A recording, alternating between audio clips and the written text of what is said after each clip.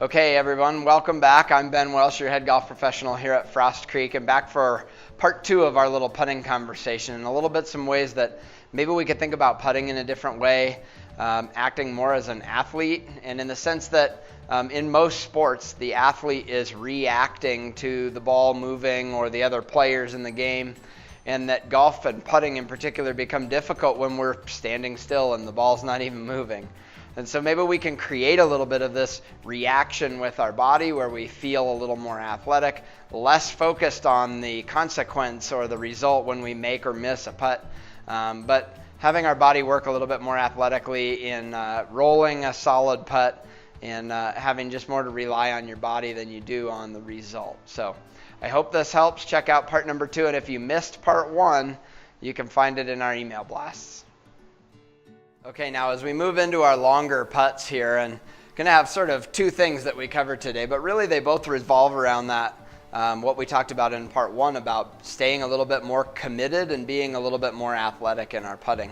So this block that I have and we used last time, I want to just point out that one of the things I really like about using this as an aid, whether you use a cinder block or a piece of wood at home, is that it's solid. And that helps me a little bit in these longer putts commit to the stroke. And we're going to talk a little bit about solid contact in our putts. As we move farther from the hole, we tend to have more mishits. So my job really as the golfer is to create a little bit of this athletic ability through putting where I can have more solid contact more of the time.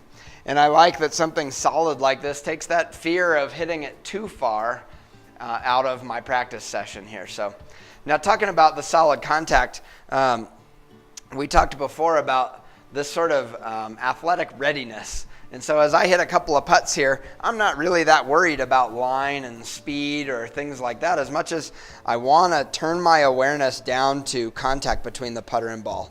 It's not to say that I haven't lined up at all, so I'll stand over it like this. I've looked at my target, going to use the left square there.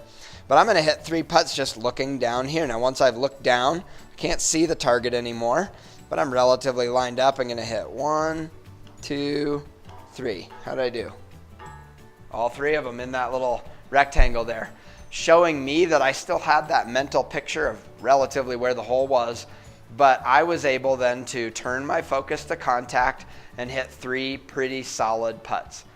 That comes into play when we're working on some of these longer putts. Obviously we're reading the greens and we might have uphill or downhill. A lot of factors, but if I can really simplify into my job is to create solid contact, shrink my sort of vision, hopefully we'll be more successful. So let's take this into the smaller cup here and 1 ball at a time.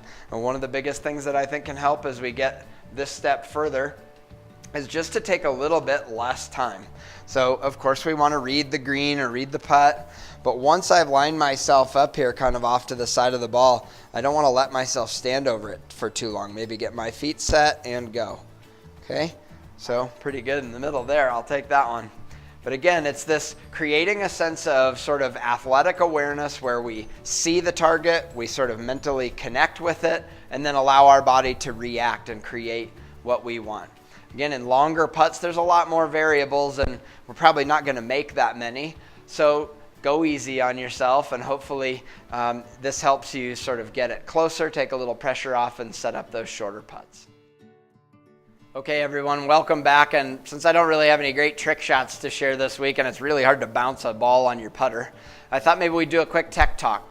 So as you're getting into your season and maybe exploring new ways to get a little bit better at this game, hopefully make some more putts, maybe pull out your putter and examine which style of putter you currently have, or if you've already played around with some different designs, maybe you learned something today that'll change what you're looking for next season. So we have kind of 2 main styles of putter, and we talk about kind of the traditional style, a heel toe weighted, or like the old ping answer. This is a Scotty Cameron.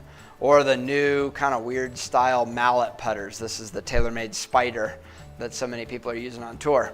So really it comes down to technology, just like any club. And let me set this one down. The reason that over time we figured out that if we put the weighting in the heel and the toe, it creates stability. And like we were talking, even on short putts, sometimes we miss hit them and we don't want the face to wiggle at impact. So if I hold this one this way, and you'll see the toe hang down, right? We have some putters that are face balanced and will hang this way, but this one's about a half toe hang. Now, if I tap on the face here in the middle of the face, you'll see that it doesn't wiggle much. It's pretty stable. If I move my finger out here to the toe, you see it start to wiggle. And so that is sort of where this putter is stable, is in the middle, and you see it get gradually wigglier as it gets out toward the toe. So that stability can matter. And that's part where then the designers figured out that not only do we have heel-toe weighting, we make the weight wide, but in a mallet-style putter, we can move it back further away from the face, which increases that moment of inertia, one of those buzzwords you hear lately. But it really does increase the stability because we've moved it further. So again, tapping in the middle of the face, it's very stable. And as I move out toward the toe, you see it start to wiggle some, but not nearly as much as that heel-toe weighted putter. And obviously, let's hope you're not hitting your putts out there. If you're hitting it that far on the toe, come see me, we'll figure out why. But in general, the last little part is, so we have performance. We also want to talk a little bit about just visual design. Sometimes what you're looking at matters. So some people like to see an alignment line on the top. Some people don't. Maybe it's distracting. But we want to be able to explore some different putters, and really it's a matter of getting comfortable with what allows you to putt your best, hit them solid, and be aligned as you play. So come and see us this summer. We've got lots of different options. We're happy to at least talk your way through exploring some different ways to get it around. Okay, well, thanks for tuning in. And again, I hope you've enjoyed this two-part series on putting, just as maybe a different way to examine the way that you approach putting, whether it's through practice or even the way you play. I hope that this gives you that sense of athleticism and maybe a way to simplify what you're doing on the putting green, whether you're playing for anything or not. So look forward to seeing you the next time you're out at Frost Creek here, and certainly if you're struggling with your putting stroke, give us a shout. We'd love to help you figure that out too. See you soon.